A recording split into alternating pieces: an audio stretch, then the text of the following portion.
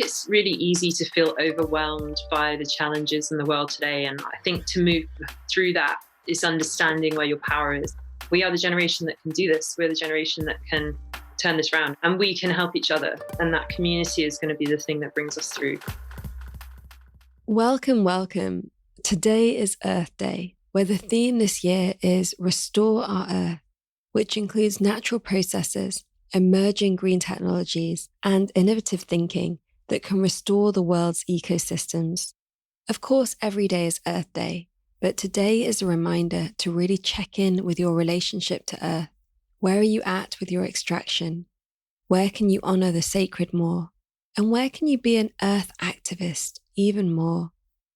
Just asking yourself these questions together, open to a new answer, is a step in this restorative relationship. In our News from the Future is Beautiful, if you are curious to get involved with the member community and the new app, we recommend joining Presence Collective for now, and then this will transform into the new membership.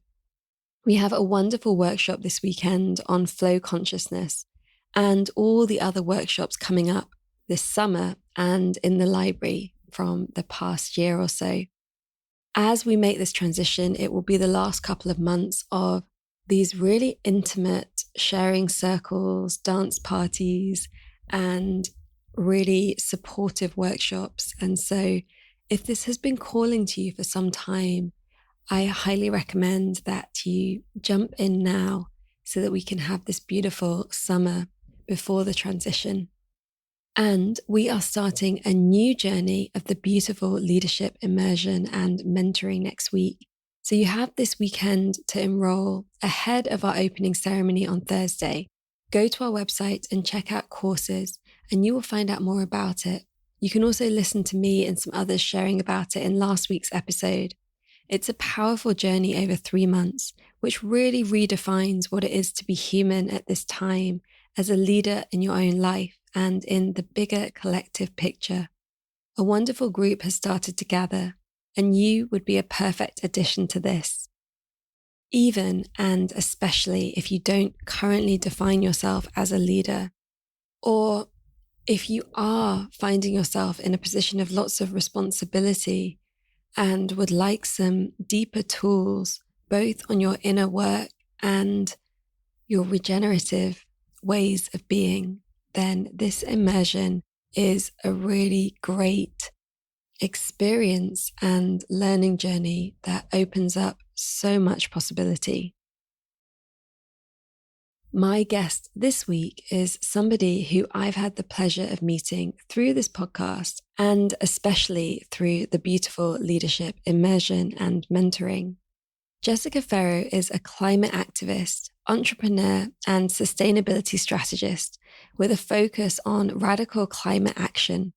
In 2018, dismayed by the UN IPCC report that said we had 12 years to avert climate chaos, she founded UK-based climate impact agency 12, whose mission is to help purpose-driven businesses respond meaningfully to the climate and ecological emergency. Jessica's area of interest are heart-based leadership for systemic change, unlocking personal growth through transformative experiences in nature, and modeling beautiful leadership in her life and work. Jessica is a mentor and advisory board member of Catalyse Change, a social enterprise helping young women into sustainability careers, as well as exploring ways to rewild our hearts and our communities. She undertakes extensive pro bono work in her home city of Bristol in the UK as a director of the Bristol Green Capital Partnership, co-chair of the Bristol Climate Leaders Group, and a member of the Mayor's One City Environment Board, helping the city achieve its ambitious net zero 2030 carbon targets. We explored the themes of climate strategies, rewilding, and purposeful leadership in this conversation called Guided by Nature's Epiphanies. We contemplate the question, how can we unlock purpose and new mindsets to forge ecological and systemic change? I hope that this conversation inspires you to live in a deeper, reciprocal relationship with Earth. Welcome to The Future is Beautiful, with me, your host, Amisha Gadiali. On this show, we explore the weave between politics, spirituality, creativity, and sustainability. It's time for us to move beyond silos and into an integrated way of being. Every one of us has ideas and personal experiences to share that can lead us to a brighter future. This is the revolution. Despite the challenges we face as a global community or the pressures that we meet in our daily lives, when we stop and dare to dream, to ask ourselves the big questions and to share what we are already doing, we create the future that we wish to wake up for. That future is beautiful. Jessica, I am absolutely delighted to welcome you to The Future is Beautiful. Thank you for being here. Thanks so much, Amisha. It's so great to be here. I'm a big fan of the podcast, so it's really nice to be on it. For me, this is a special episode because you're somebody that has weaved into my world through The Future is Beautiful. It really just speaks to why I do this and why we have this, that we may connect people that are wanting to co-create the same things, this vision of community and us being able to come together and share resources and share inspiration and spend time together. That's so important to all of this. And so it's really amazing for me when somebody is like a statistic, a kind of listener number, and then becomes like a patron. And then we've been through this journey of then the beautiful leadership, immersion, and the mentoring. And now I feel like, we're going to co-create and weave together in many ways in years to come. And that's what it's all about. Absolutely. Yeah. Thanks so much for everything that you're putting out, all your offerings, because they really resonate with me. What does it mean to you, a beautiful future? A beautiful future is one where everyone is in touch with their personal sense of purpose in their life, and they are taking steps in some way to enact that in the world. What I mean by that is kind of people have taken time to do the kind of self-work or the inner work to reflect on what's important to them, what's meaningful to them, to connect with their intuition, to connect what's important, what our world needs, and what makes them feel good. And it reminds me of that quote that you hear all the time. It's like, don't ask what the world needs, ask what makes you come alive, and go and do that, because what the world needs is more people that feel truly alive. And I think if we could have more people doing those things, then we would solve a lot of the problems in the world.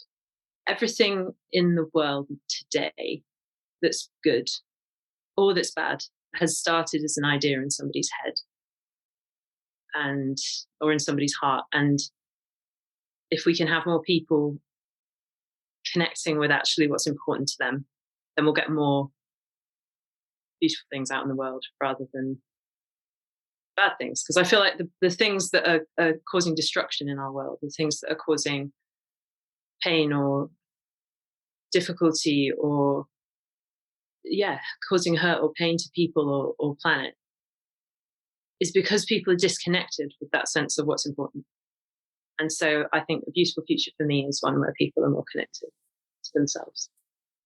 I've been really inspired learning more about your journey and the work that you do and your approach to everything, which I feel embodies what you just shared. What is it that inspires you to do what you do? For me, it's a deep sense of knowing that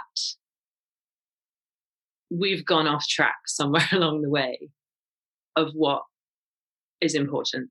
There's been a big mass kind of forgetting of the things that are important. And there are still people out there who are doing deep work to keep those connections going, to remember things like connection with nature, connection with each other. There's so many people who've forgotten those things, and the cultures that we've created have not enabled us to foster those. So what inspires me is knowing that there is such a deep need in this world for transformation. There's actually a distinct lack of leadership in places. So like, there's a lot of people. So that my work is all about the climate and ecological crisis. So I set up my own consultancy, which is all about helping organizations respond to the climate and ecological crisis, because I can see a need, even though people know that this is an important thing that needs to be addressed. There's not enough action. There aren't people taking action. Everyone's kind of standing around going, well, you first, you know. And what we really need is people to move from that space of knowing something that needs to be done to actually acting and making it happen. So what inspires me is just seeing that there's a need for some kind of leadership in this space, also supporting people to take those steps. As a consultant, what I do is I help business leaders to act and to kind of move from that position of thinking about it to doing it. And I help them problem solve. It's a journey that people have to go on. You know, it starts off, if as an organization, if you want to make a change towards addressing the climate and ecological crisis, that starts with the individuals in the organization. That starts with leaders and all the people making up that organization. It starts with a mindset shift. So I think more and more what I've realized is that if we want all these big changes in the world to happen, we have to go to the individuals who are behind those organizations, and we have to get that deep change. And that's why I answered your question in that way. Like, if we want organizations to change, we have to get individuals to change their mindsets. And I'm really interested in working with people in that way. And I've really noticed it in myself. I've been on a journey.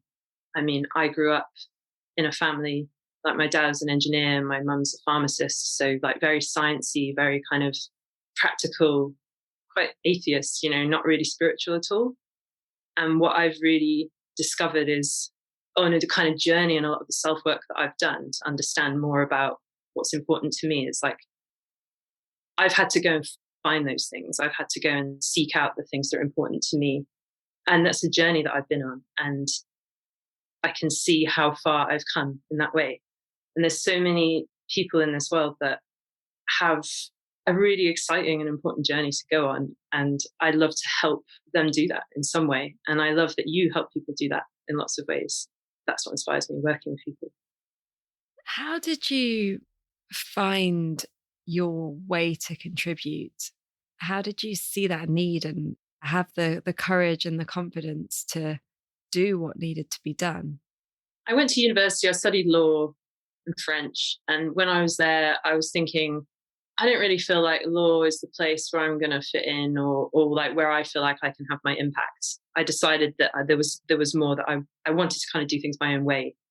So after that, I left my university and I moved to Bristol in the UK. So for international listeners who don't know Bristol, it's kind of got a reputation as being quite an alternative city and quite creative and quite environmentally driven. And I really wanted to work in the environmental sector. And so I just started working in kind of any kind of job I could find that was related to that. Yeah, I just started from the bottom and I just could see that there was a lot of work going on in the renewable energy sector. There was a lot of work going on in kind of buildings, and none of that really resonated with me in the same way. I think the place where I really found my skills was in bringing people together in communities and discussing ideas around sustainability and getting people to share their stories, what they were doing, and then pushing them to go a bit further. That's how I ended up moving in to become a sustainability communicator and a sustainability strategist, because I found it quite easy to just kind of look at a business and say, well, there's quite a few things that you could be doing if you want to be more sustainable. You know, you could install some showers and lockers for your employees. You could switch to LED light bulbs, you know, all of those things. This is back in like 2014, 15, when that's what everyone was talking about. And it was like, people were like, what do I need to do? And it was like, I thought it was quite obvious what people need to do. So I just would make lists for people and say, okay, these are all the things you need to do. And over time, that's evolved into working at companies at higher levels and kind of consumer goods companies. I work with a lot of consumer goods companies who have things like packaging as their big issue, sustainability, or carbon emissions are going to be their big issue. So I started off really small, working with small businesses, and now I've just kind of grown into it. And I think it's just all along the way, just kind of being quite clear about what needs to happen. And then just encouraging people to get on and act and do it, because I feel like people know how to be more sustainable. It's just the problem is actually doing it. So part of my work is also about supporting people as they make those changes, like being their cheerleader and saying, like, let's keep going, because it is hard, but it'll be, we don't have another option, so let's do it. So I think in terms of how I found my contribution, it was just all along the way, I just lent towards what I felt energy around and what I felt I was good at, and I felt that maybe I could see that other people couldn't see, and also where I could help people. That was my journey, really, and continues to be my journey. And how do you feel about the situation that we're in and the climate science and kind of how we navigate that? Well, I knew sustainability was a thing that I wanted to work on back in, 12, 13 years ago when I was at university, and kind of had a bit of an awakening around things like peak oil, climate change, all of the sustainability issues in the kind of early or mid 2000s. And I know there's lots of people who've been working, I'm sure many people listening have been working on these issues way longer than that. But in 2019, when we had that big time, which was the time when it was everything felt like it shifted. It was Extinction Rebellion on the streets, and we had the school strikes. In 2018, the IPCC report had come out that said we had 12 years to avert climate chaos. And that was a moment for me and many others in my field. I had a real moment where, a real moment of introspection of like, am I doing enough? Like, I work in the sustainability sector and I want to help to kind of lead the change, but I'm not doing enough. I need to be doing way, way more. I need to be way, way more challenging. I need to be, finding even more leaders of change and work in more impactful ways. And I actually went on a nature connection weekend with Change in Nature, who are an amazing organization here in the UK, who take people out into nature and have transformative experiences. And this one was for sustainability leaders. So it's for like all people who work in sustainability. And it was amazing. We did some Joanna Macy work, like work that reconnects. We did a spiral, which is when you kind of go through a facilitated experience that helps you connect with your grief for the world, as well as identify ways that you're going to go forth and move forward. And I think that was when I really, in that time, I remember I went and like climbed up an oak tree and just like sat in a tree for a while. And I just remember weeping because it was just so, I had just felt the pain for the world so much at that time. But then the process of going forward and kind of understanding your resources of how you're going to move forward. And that was when I made that decision. I said, I'm going to do more. I have to do more. And I have to find what I can do. And I came on this idea of like activism in the boardroom. So I had been down to Extinction Rebellion. I'd gone into camped outside the Home Office during the protests. I had this whole experience of kind of being an activist and getting involved in the protests, which was really meaningful and I felt really powerful. But I also recognized that I was working with quite a lot of companies at that time, quite a lot of business leaders. I wanted to find a way to bring activism into the boardroom and kind of have those discussions. Instead of shouting outside on the street with a placard, I wanted to I had their ear, I had their attention, and I had the ability to actually, instead of saying you need to do something, I had the ability of helping them to do it. And that's what I feel I get my energy from, is not just recognizing that change needs to happen, but actually helping to deliver that change and trying to identify the most impactful ways that I can do that and the most impactful partners I can work with. And I'm still on a journey to do that, but I really feel like the people and the individuals that I've worked with, the CEOs, the boards of directors, who do want to make change, and they just often need that support, they need the hand-holding, they need the validation that they're doing the right thing. And that's what I hope to bring. It's powerful. And as you're sharing, it's that kind of difference of sort of shouting outside the window to like going in and saying, oh, we could do it like this. And like, I'll show you. When we think about just as an individual, like if someone's just shouting at me to do something differently versus someone coming in and showing me how to do it with some compassion and kindness, I'm much more likely to respond. Yeah, exactly. And like activism absolutely has its place, and protest has its absolute place. And it's taken us so far forward in the climate movement and all of the recent protests that people have been protesting about. I mean, there's been many, many protests in the last year in the UK about a huge number of topics. And it's been kicking off in Bristol. It's been kicking on Bristol, yeah. There's like riot helicopters flying over my house most night for the last few weeks. But yeah, it's been amazing to see more people protesting and more people getting riled up about these issues. But I also encourage anyone who is protesting to think about actually their areas of influence and how they can actually influence the people in their world.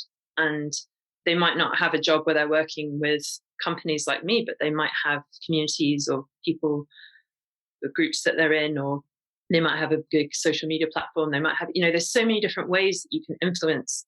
It's just really important to try and understand, like, actually really recognize where your power is and not just stop at the protest. You need to kind of bring the protest into your way of life and your way of living. I think that's the secret to having a kind of fulfilling life is kind of having a purpose, having a cause that you're fighting for and a cause that you're working towards. And it's incredibly fulfilling to do that. It's served me well to kind of be the chameleon. And that's something I learned. I grew up in a few different places. Like when I was 4, I was born in London, but my parents are English. But when I was 4, I moved to Scotland. And even though we're neighbouring countries and we're both part of the UK, it's very different culturally, especially up in the north where I was, northeast. And Scottish don't have a great relationship with the English, or like historically, it's always been a bit of a kind of fraught relationship. Some bloody battles. There's been bloody battles. And yeah, there's a lot of kind of xenophobia towards English people up in certain parts of Scotland. And I had a quite tough time of it, really. And I was only 4, so I quite quickly, once I went to school, and I got lots of like basically bullied for being English by classmates or people, other kids. And I quite quickly picked up a Scottish accent to kind of blend in. And I actually had a fully Scottish accent till I was 10 as part of that. And then I moved, because of my parents' job, my dad's job, we moved to Indonesia when I was 10. And I lived there for about 5 years, went to international school. And then I kind of had a completely different accent then. And then I moved to England and had a different accent then. And I think all this time I like found different ways to blend in and kind of meld to the cultures at quite a young age. So I think that's one of those things that has been quite difficult in terms of like identity crisis over the years, but I think I know who I am now. But it's also helped me to kind of acquire these, be very perceptive and really read situations quite well. So I'll often spend quite a lot of time listening and observing before I jump in. And I think that's a trait that served me quite well. So I'll go in, if I'm going into a company, I'll kind of observe them for a while and then I'll make a suggestion after I've got a sense of who they are. I think that's really good to be able to like be an activist, but then be able to go into a boardroom and kind of blend in a bit and Trojan horse some ideas in, as well as then going to other environments and blend in there. So I think that's a really good skill to cultivate. Served me well.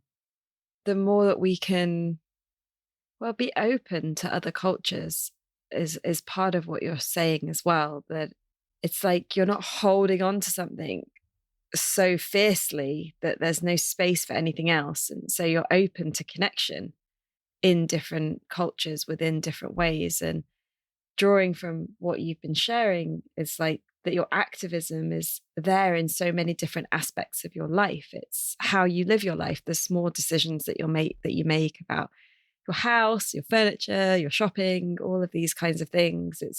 It is showing up to the big protests, putting your name, voice onto things and signing petitions and those kind of things.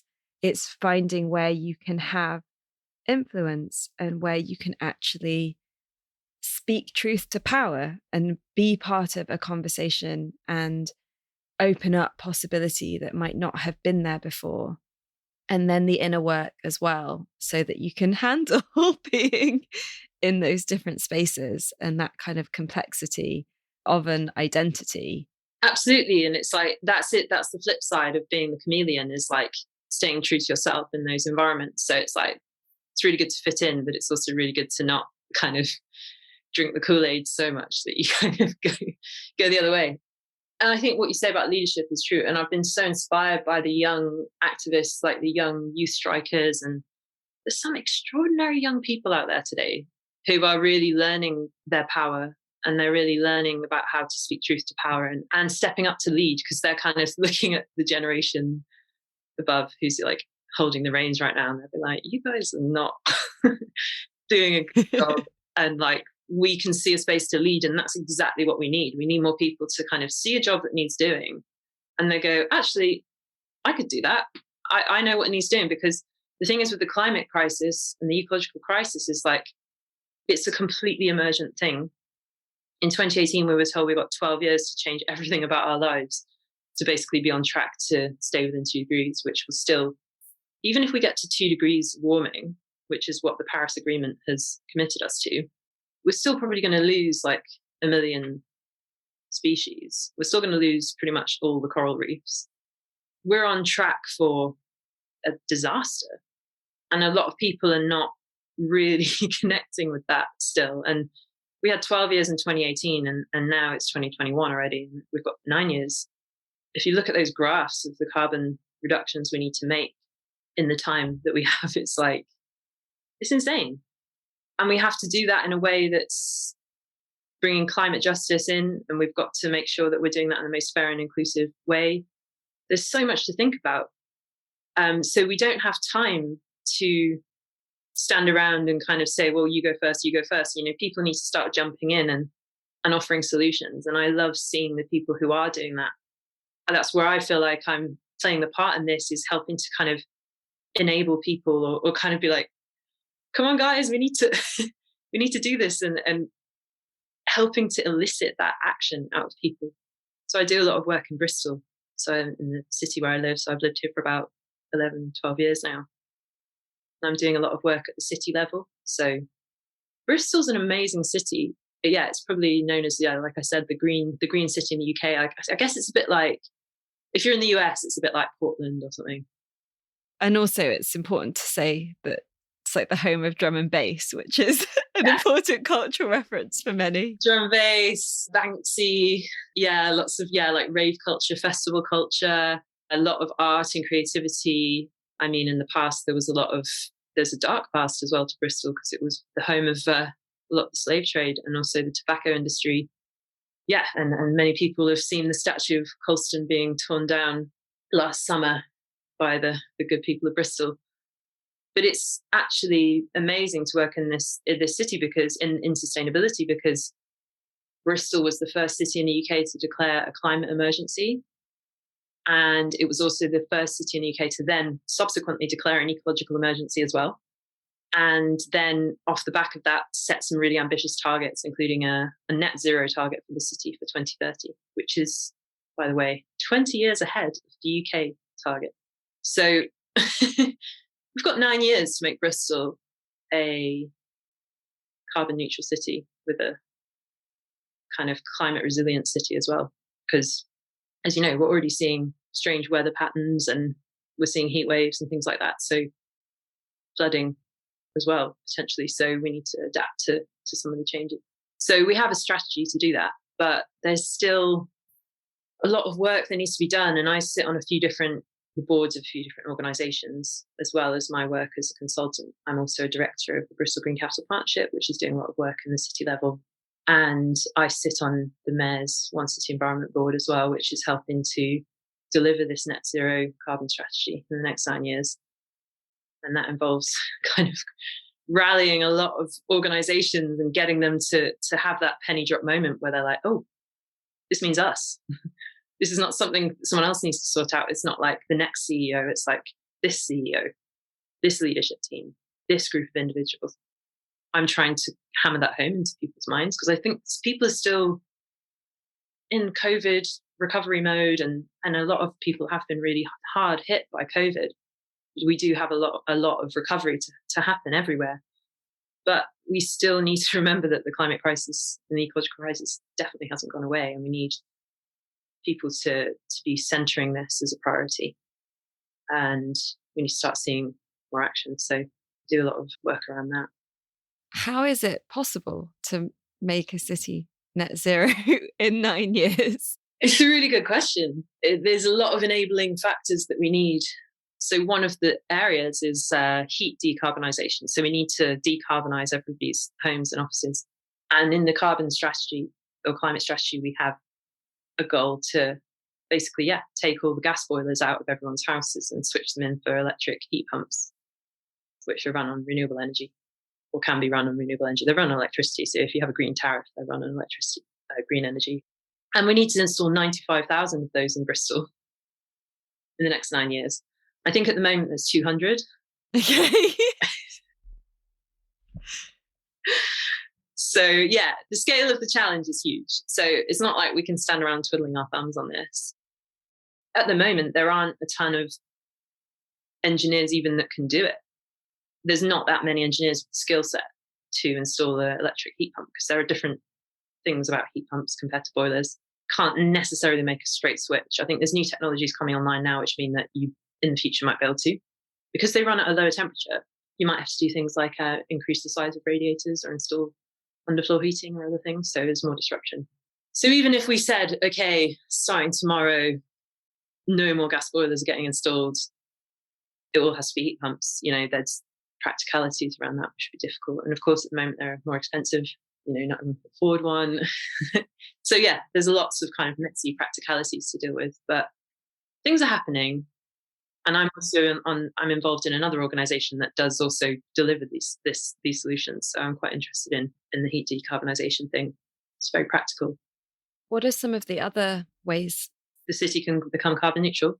So we have transport. So anyone who's ever been to Bristol will know that it's quite a car-dependent city, and our public transport leaves a bit to be desired. It's quite difficult. We don't have like an internal metro system or like underground or anything. The city has lots of rivers and hills, which makes it a bit difficult. I think in the past it's been quite difficult to install infrastructure. But we need to decarbonise travel. We need to get, I can't remember off the top of my head, but I think it's something like we need to make 40% of the journeys like walking or cycling. So we need to do things like make sure that any developments that are being planned now, so any new housing developments, we need to make sure they have really good public transport links, bike lanes. We need to reduce car dependence, basically. There's a clean air zone that's coming into the city to make it more difficult to drive through centre. We've also got loads of those e-scooters now. Actually, they're doing quite well. Lots of people are using those e-scooters, electric scooters, which are pretty good if you're not into cycling.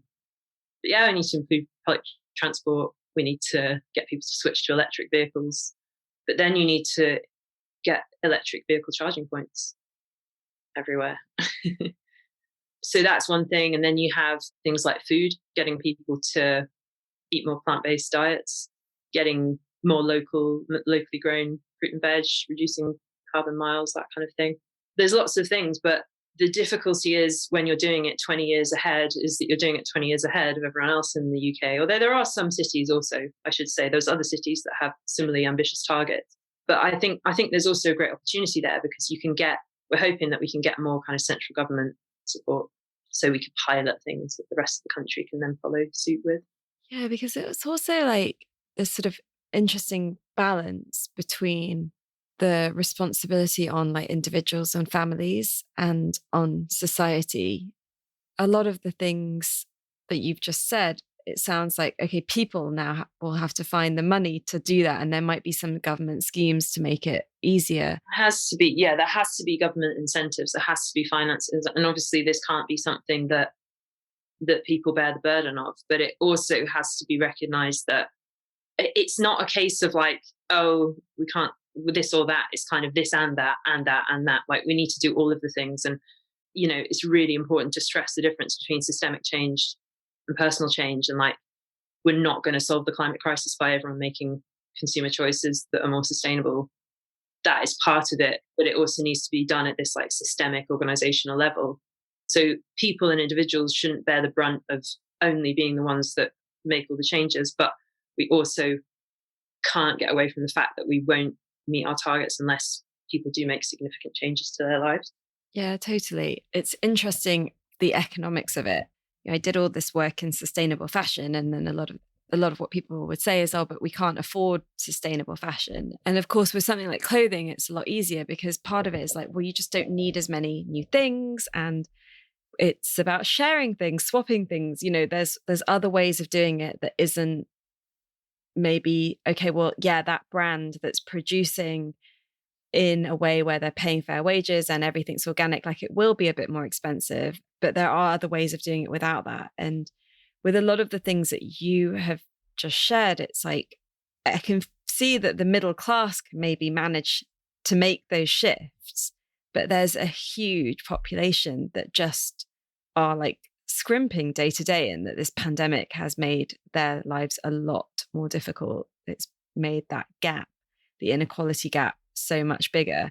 Absolutely. And that is an ongoing point of consideration in Bristol. And there's been a huge kind of initiative that's been going forward in terms of bringing those climate justice ideas to the centre. So, and just the idea of fairness and inclusion in all of these issues. So, for example, if we reduce the amount of car journeys in the city, that will actually have a positive impact on quite a lot of the lower income neighborhoods, because air pollution is worse in some of the kind of inner city neighborhoods where people with lower economic status would live. So like we would have a lot of benefits potentially to those communities, which is a good thing. But we also need to think about, just the ability. I mean, a lot of people won't be thinking about, they'll be thinking about how to feed their kids and kind of put the food on the table that day. They're not going to be thinking about whether that food is plant-based or not. So yeah, there's definitely a huge amount of work to be done with communities. And actually there's some really great projects happening in Bristol. So there's one which is as part of the Bristol Green Capital Partnership that I work with. There's one called the Community Action Fund, and it's all about, so it's lottery funding, and it's working with communities to help them co-create their own climate action plans for their communities. And a lot of these are kind of lower income communities, but there's a range of communities that are involved, and it's working with the residents of those places to create their own plans and working with local residents. And it's just really nice to see the different levels of engagement in areas of the city. That's not just like the businesses, and it's not just the people in the centre or people in certain neighbourhoods. It's actually trying to involve those people. And then the other one we have is the Black and Green Ambassadors project. So we have a problem in the environmental sector that a lot of people, it's a very undiverse sector. I think it's actually, sustainability professionals is actually only in the UK has the least amount of non-white people working in it. Only one that's more or less diverse is farming. So like a whole list of professions, sustainability is the second least diverse. So we want to do something about that here in Bristol. So we have the Black and Green Ambassadors Project, which is about identifying 3 ambassadors this year from Black and minority ethnic backgrounds who are kind of spearheading a lot of work to improve inclusion in the conversations, the discussions, the projects in the city. And we have 3 great ambassadors who are doing that, and had a lot of great feedback from that project. And it's awesome. The ambassadors are great, and they're basically trying to see how they can create more opportunities for people from non-white communities to get involved in these discussions. That's amazing. I'm so happy to hear that is happening. I spent about 10 years trying to become a sustainability professional and never quite getting the jobs, coming second often. And I recognized that I was doing that from like sort of somehow also being allowed in to the like community, but then just not being able to find the paid work. And then I imagine how intimidating that would be for people that aren't even like allowed in, How do you then be part of these conversations and these decisions and that affects so much of your future? We need everyone involved in these conversations. We absolutely need everyone involved in these conversations, and we need to find ways of getting more people in these positions of leadership and power and profile. And then more and more people will see people who look like them in these conversations. And it's slowly happening, but yeah, we need it to kind of accelerate. There's a lot that needs to be done in the sustainability sector and I include myself in this, that we need to find ways to make more opportunities for people from all backgrounds to get involved. And there's a lot more that needs to be done.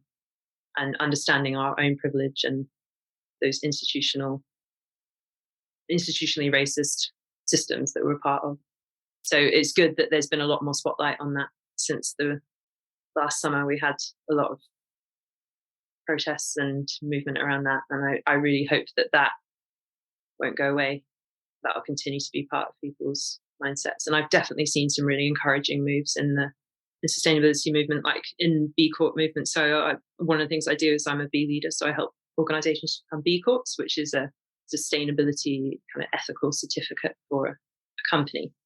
They've been doing a lot of work to produce climate justice playbooks and running lots of discussions to help organizations, purpose-driven organizations, to really understand how they're potentially participating in some of these systems. What's the benefit of becoming a B Corp?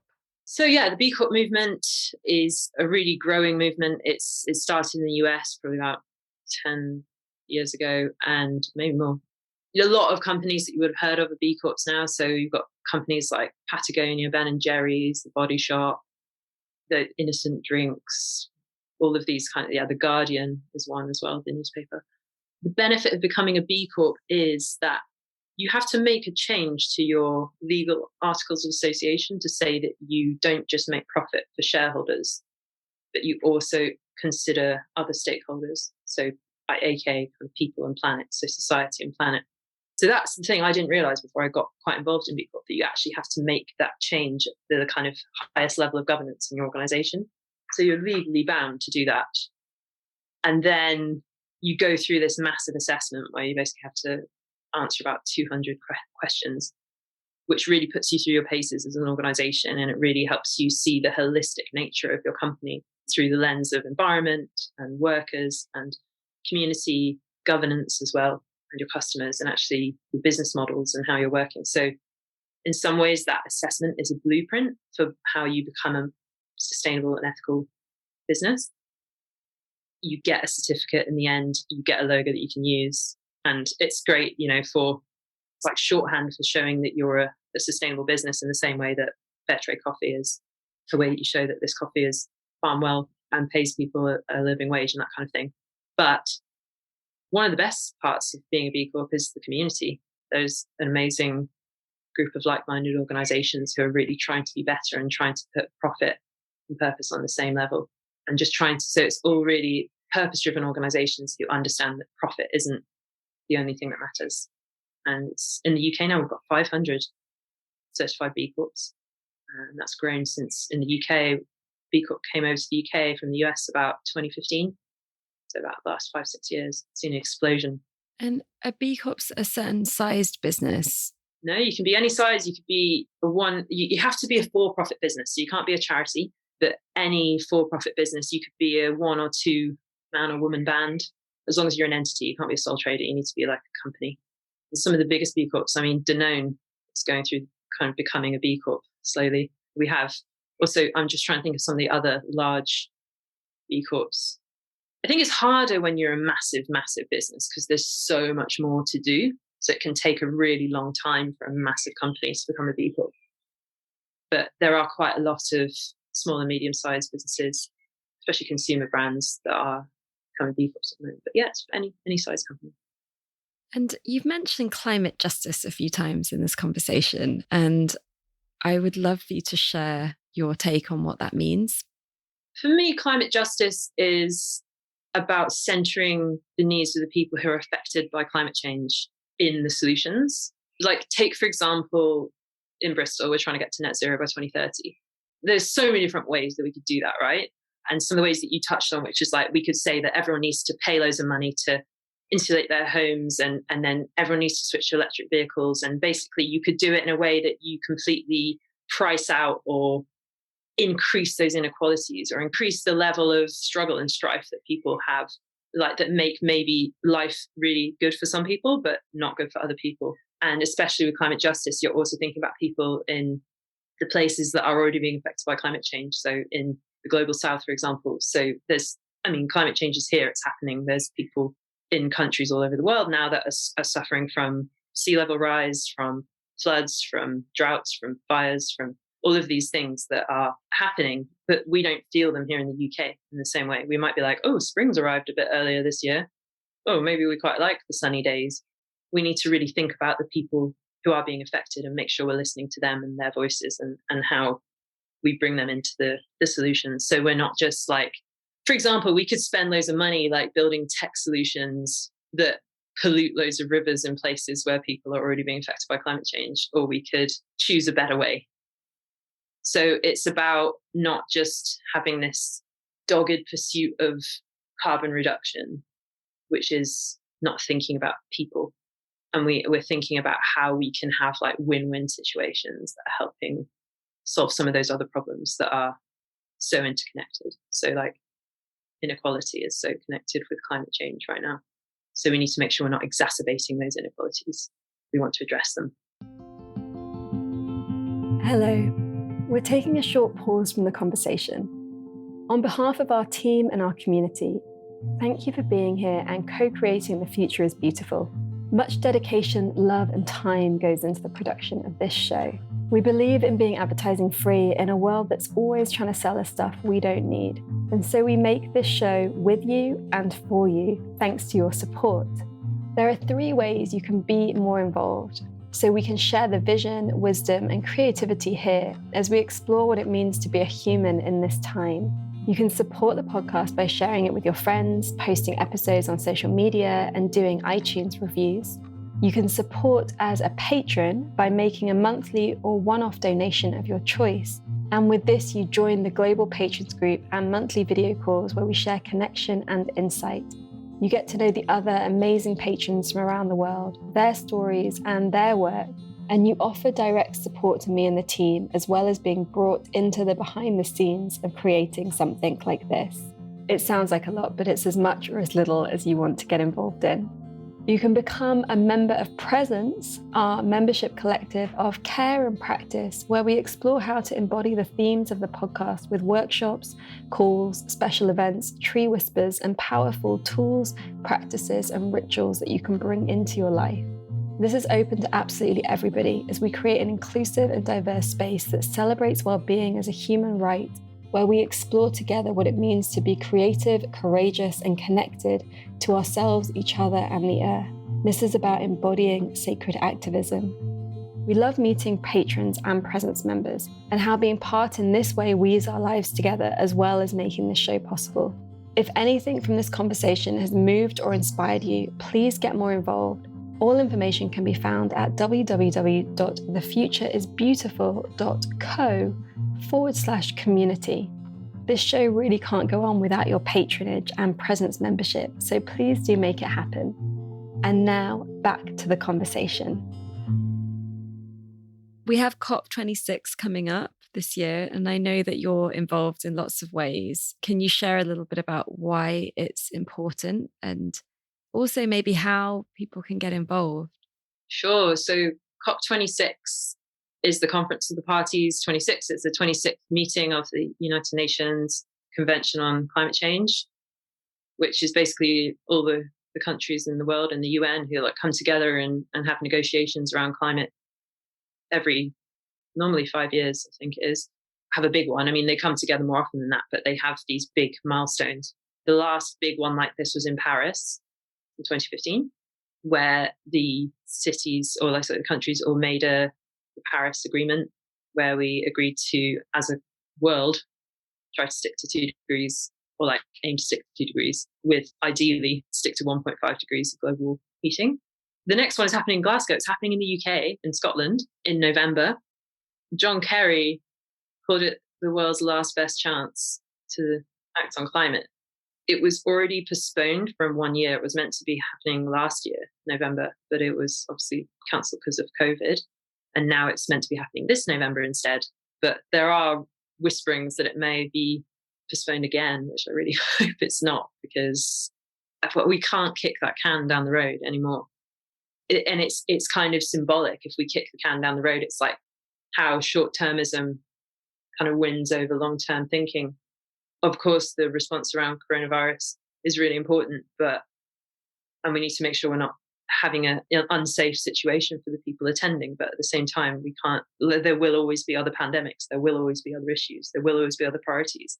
And we can't keep deferring that conversation that needs to happen, which is basically kind of what I've been talking about, like about how everyone's like, oh yeah, something needs to happen about that climate change thing. Should we think about it later? It's like that's happening at individual level, that's happening at organizational level, that's happening at international country level if we postpone these talks. So if they don't go ahead because of COVID, I think that just shows that organizations, particularly businesses, and cities need to step up and make their own responses, because we can see that any international action, any international legislation is going to be too little too late. In Bristol, I'm trying to impress that idea onto businesses here and say, by the time COP comes around in November, what will you have done? What will you be able to tell people that you're doing? If an activist comes and knocks on your door and says, what are you doing about the climate crisis? Will you have an answer for them? Are you just going to look awkward and say, we don't know? I'm trying to say to people, this is a good opportunity to act and to show that you're part of the solution. So that's what I'm trying to do here in Bristol. I really hope we get something out of those negotiations that's more of a kind of call to action. But I also don't know how much to hope for that. I think we just have to get on with it anyway. I mean, it doesn't really change what needs to happen. We're doing way less than we need to be doing anyway, even to meet the Paris Agreement, but we actually need more ambitious targets. So how can people get involved? If they're in the UK, they can think about going to Glasgow if you want to. There's things going to be happening there. There's always a lot of like fringe events. There's a whole kind of almost like a climate justice festival that's happening around. I think there'll be lots of youth strikers and people there, and I'm sure there'll be actions going on. I think the accommodation's already probably booked up, but I think, it's good to get on it. I think how can people get involved is like ask, like what I've been doing in Bristol, like ask your organization if you're an employee of an organization, or even if you run your own organization, like maybe can you reflect on how your organization could do something to show that you're on track to meet the UN Paris Agreement? Or if you're an employee of an organization, could you challenge your leadership team and say, what are you doing? And what are we doing? And how can we do more? Everyone needs to be working towards science-based carbon targets. Everyone needs to be understanding their emissions footprint, just getting to grips with some of that information, which is quite difficult. And it's a challenge. You kind of just need to understand it and to do it and start moving through that discomfort. It's pretty wild to like live in a global society that doesn't value this. As we've seen with the pandemic, it was very possible to be like, okay, now you're not allowed to do this, you're not allowed to do that, you have to do this, you have to do that. And so then all of those actions, wash your hands, wear your mask, stay home, all of that became like very normal very quickly. I find that it's just quite challenging on the brain to like live in a society that doesn't make doing the things that we need to do in order to honor, protect our home, our earth, our species normal. 100%. Yeah, it's kind of strange. Yeah, I think we'll look back on it and be like, what's going on there? I'm hoping so. I read this thing the other day that was like, isn't it trippy that 1990 is in 2020 it was, in 1990 is as far away as 2050 from today. And actually 2050 is closer to today than 1990 is. That's quite scary. I can remember 1990 and like me too. 2020 was the future, right? And like we're in 2021 now, which is totally the future. And I don't think we ever thought that the pandemic would happen. Obviously, we never thought that would happen to us. We're talking about a very short timeline, especially for Bristol. 9 years is not long to become a carbon neutral city. I think it takes as long to build like certain stadiums. Things, if you want to build like a stadium, it would probably take like 9 years. I don't know. Yeah, 2050 even is not very far away. 2050 is 29 years away. Less than a lifetime. Less than half a lifetime. I mean, we are supposedly going to be a net zero country, maybe a net zero world in the next 30 years. We're going to see extraordinary amounts of transformation if we're going to do that. And, it's going to be a wild ride. Do you feel like we can build on what's happened during the pandemic in order to meet some of these science-based targets. I mean, it's been kind of interesting how like at the beginning of the pandemic, it was like, wow, like this is our opportunity. And then at some point along the way, it was like, oh, no one cares about climate anymore. No one's got the energy for it. And then I'm just sort of wondering if, we're kind of entering a turning point. I feel like maybe some of what's happening around commuting is quite interesting, as commuting is such a huge waste of resources, the travel, the coffee cups, just all of it, like is quite insane. And so actually that people are being offered long-term work from home or mostly work from home kind of policies that might have a positive impact on some of these targets. I think so. I think I've definitely seen even some of the companies that I work with who before the pandemic were like, absolutely no, everyone needs to be in the office 5 days a week. We don't want any home working. We feel like everyone needs to be in office. And actually last week, they just made an announcement that everyone can work from home 2 days a week and they can be in the office 3 days a week. I was trying to have discussions about, maybe you could make people just work from home 1 day a week. They might like it. And like everyone drives to the office in that place because it was like, it's just where they're located and just the culture around it. I've been trying to work on it, but it's amazing how something like the pandemic could switch that behavior and kind of boot it forward way more than it would. And I think on a macro scale, yeah, there's so many people who've done that. However, I would say that I saw a stat the other day. It's like we were all staying at home and doing very little. And I think the emissions only dropped by something like 8% in the UK. Again, it's back to this individual action thing. It's like, it's been like a kind of, well, a lot of the oil companies and people who are actually the perpetrators of a lot of these emissions are blaming the individuals, and they've done lots of quite clever advertising campaigns to kind of get people to think that it's them.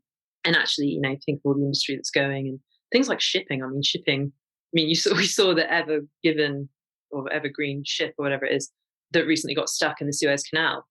Just I can't imagine a more fitting kind of symbolic thing that had happened where consumerism had got so massive and unwieldy that it literally blocked itself and blocked all the connections between the vital connections between everyone. It's kind of got to stop somewhere, hasn't it?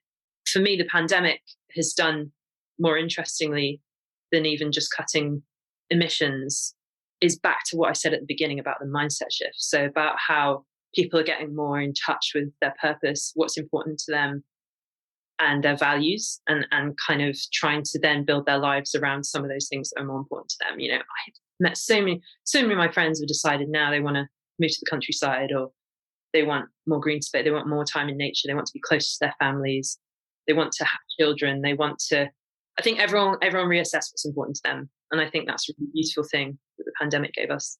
They don't want to go back to lifestyles where they don't see their children. Yeah, for a lot of people, that's been a learning. And I know for a lot of people, it's been a really stressful time. So I don't want to take away from that fact.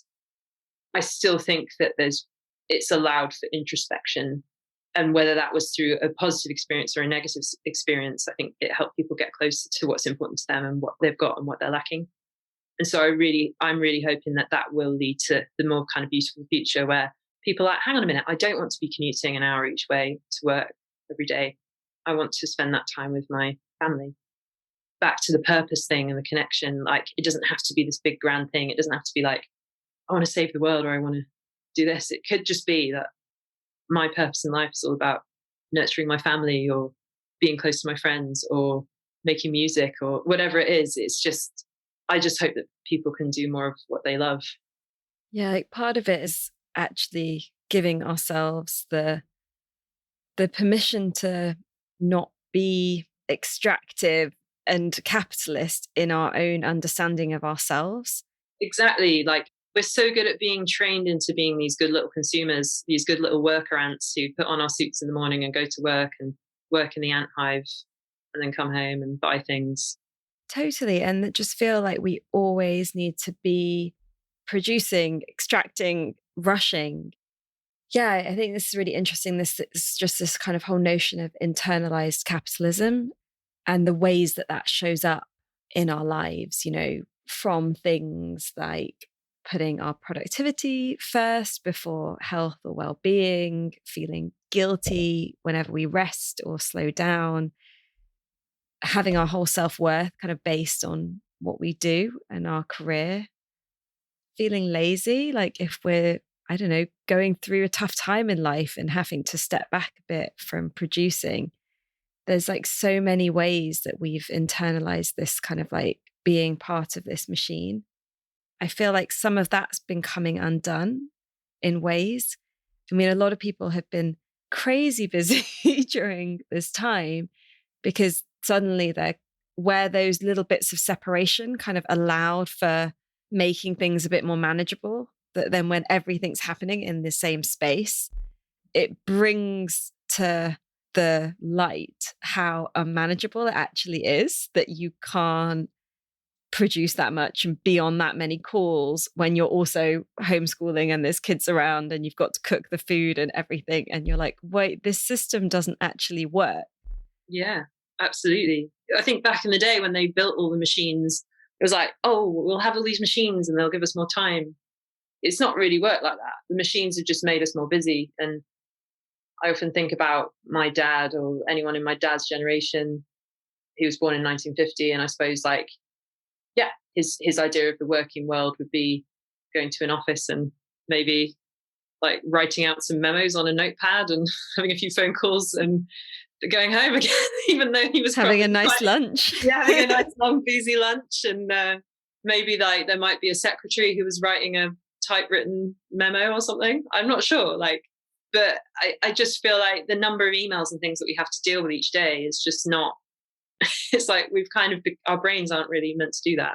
We're still adapting, aren't we? So no wonder we have all this stress. And so, yeah, I think that's why, the other reason why nature is always our teacher and our savior and our solace and our sanctuary. And I think so many of us have realized this last year of lockdowns, how important nature is to us, our green spaces, and anyone who's lucky enough to have a garden or anyone who's lucky enough to be close to a green space, those places became much more sacred and important to people. And there's so much more that we can learn by going into nature and by connecting. And actually, that's something that I really want to bring more into my work. I'm doing some training and I've been training for the last year or so in nature facilitation as well. So I really want to bring more of my work out into nature. I want to bring more business leaders and decision makers out into nature to have more transformative experiences and to think about their business from that place. You know, a discussion about the environment and about climate change is going to be a very different one if you're around a boardroom table in a windowless room than it is around a campfire in a forest.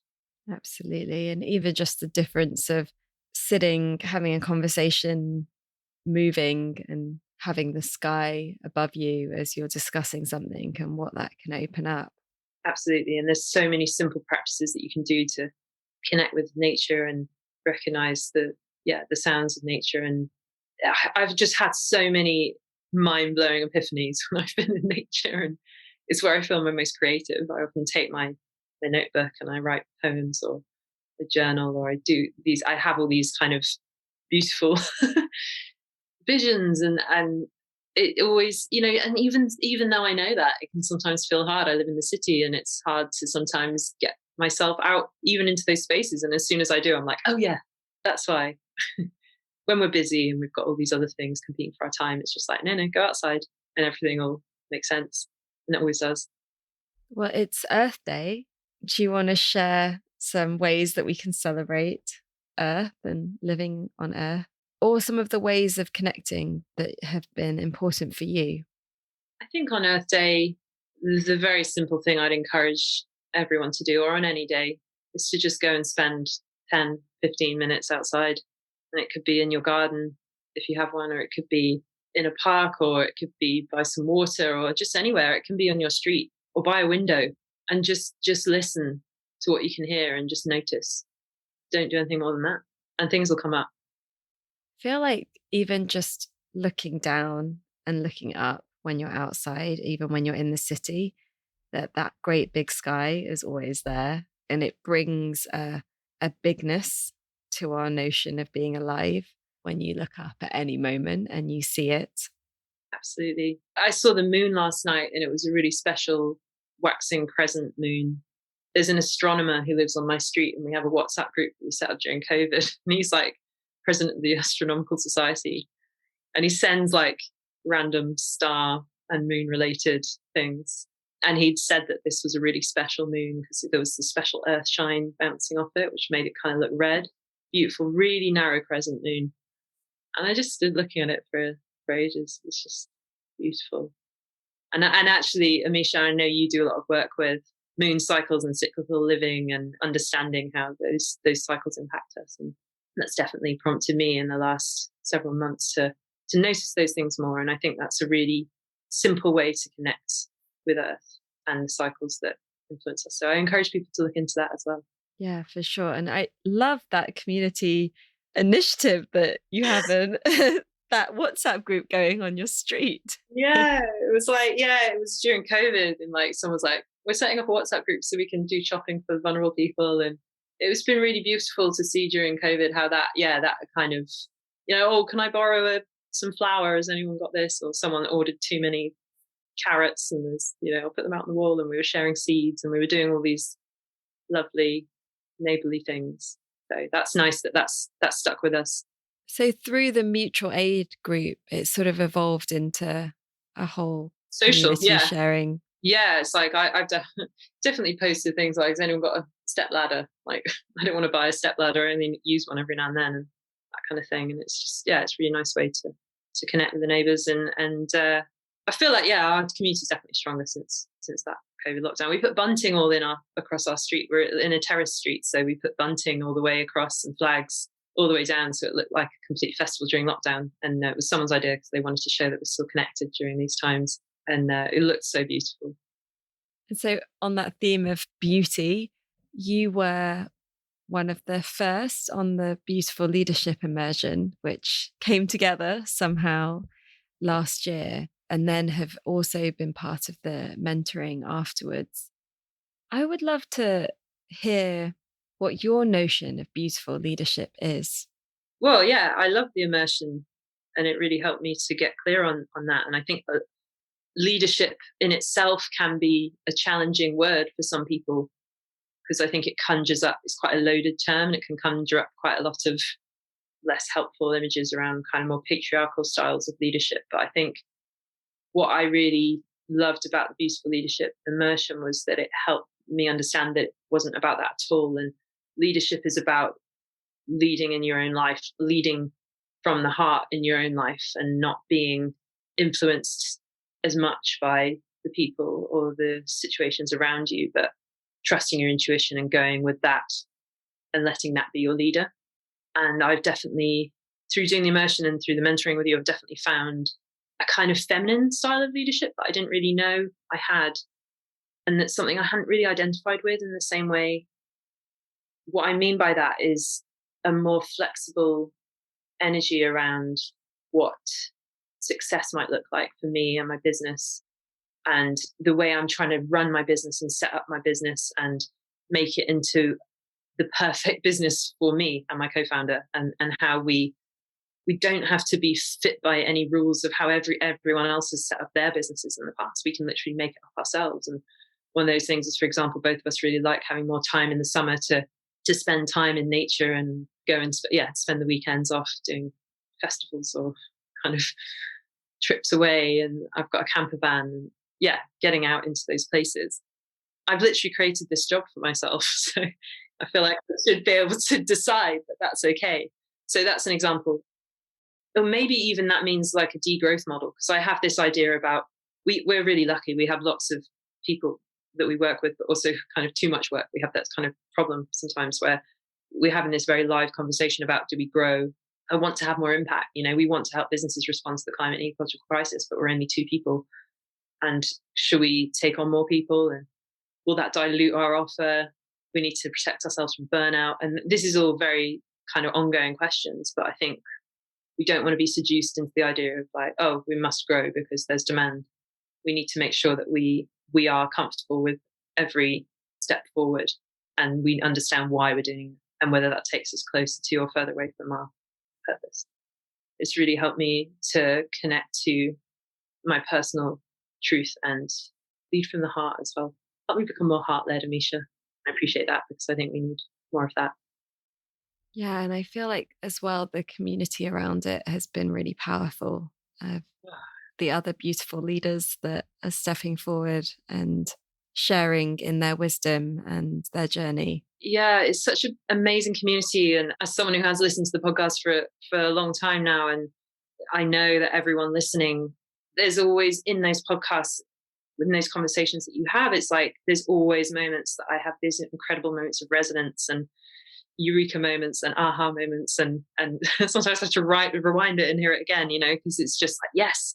And yes, so the chance to meet and go on a journey with other people in that community, it was really special because there's so many like minds, but also a real diverse mix of people and backgrounds and perspectives, which was really awesome.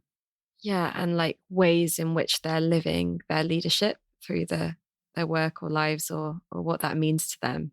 Totally. Yeah, exactly. There'd be some people kind of dialing in from they're sitting by a tree on a small holding, and there was other people kind of dialing in from the center of London. And yeah, really nice to see how beautiful leadership can emerge in so many places and so many guises. Yeah, thank you, Jessica. It's wonderful to share with you today. What is your call to action for our lovely friends listening? There's a lot that we've shared in this conversation. Hopefully, all of that kind of sinks in, but how can you direct us? I think it's really easy to feel overwhelmed by the challenges in the world today. And I get that too. I get that a lot. I think to move through that, it's understanding where your power is and understanding, picking one thing, maybe one, maybe two max, but like just pick a thing that you're going to focus on and see how you can make a difference and understand your power and don't stop at consumer choices. Because I think a lot of people are like, oh, I really care about the environment. Okay, I'm going to stop using plastic bags and, buy fair trade bananas. That's important. But remember what we said, like we're not just consumers. We're better than that. We are people, we're individuals, and we have ideas, and we can bring those ideas to bear, and we can all be leaders. There's different leverage points that we have in our own lives to be leaders and to make a difference. So don't stop with your own buying habits or lifestyle habits. See how you can influence other people in positive ways. And that might be through your business. It might be through your community groups. It might be through your faith groups. It might be through your family, and just see how you can make a difference. That's the first thing. And the other thing would be go out and connect with nature, just spend some time wherever you are, even just kind of, spending 10 minutes just sitting on a park bench. If you can do that regularly, you just will learn so much about yourself. So that would be my invitation. And how would you like people to connect with you deeper? My company website's 12futures.com, spelled out. So it's the word 12futures.com. If you want to find out more about some of those projects I was talking about, like the Black and Green Ambassadors Project and the Community Action Program, which is kind of the community, working with communities in Bristol, you can check out bristolgreencapitalpartnership.org. There's some great stuff on there. I hope that people will be coming to your gathering in September, because I'd love to meet some people there. So I'll be there. Yeah, just it's in its very early stages of being planted. But yeah, hopefully we will be in some beautiful land out in the wild, camping and connecting in early September. And at the same time, we'll also have our new kind of online app ready so that we can connect deeper from wherever we are and nurture each other, like nurture what it is that each of us is bringing in, the different seeds that each of us have that are being planted right now.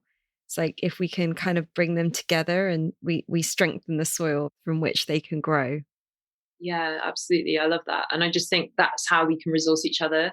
For the rest of our lives, we're going to be facing challenges in the world, and some of us more than others. And it's going to be tough, but it's going to be exciting. And we are the generation that can do this. We're the generation that can turn this around. And we're the people that have been put on this planet to solve this thing. And we can help each other. And that community is going to be the thing that brings us through. So we need to have those strong communities, because that's what we we know our hearts want. That's the thing we feel often is missing in our lives. So I love what you're doing, Amisha, to build that community, and I'm really excited to see it grow. Thank you, Jessica. Until soon. See you very soon. Thank you so much for having me on. Thank you for spending your precious time with us. As always, you can find links to everything we mention in this episode, download our book, and discover so much more over on the blog.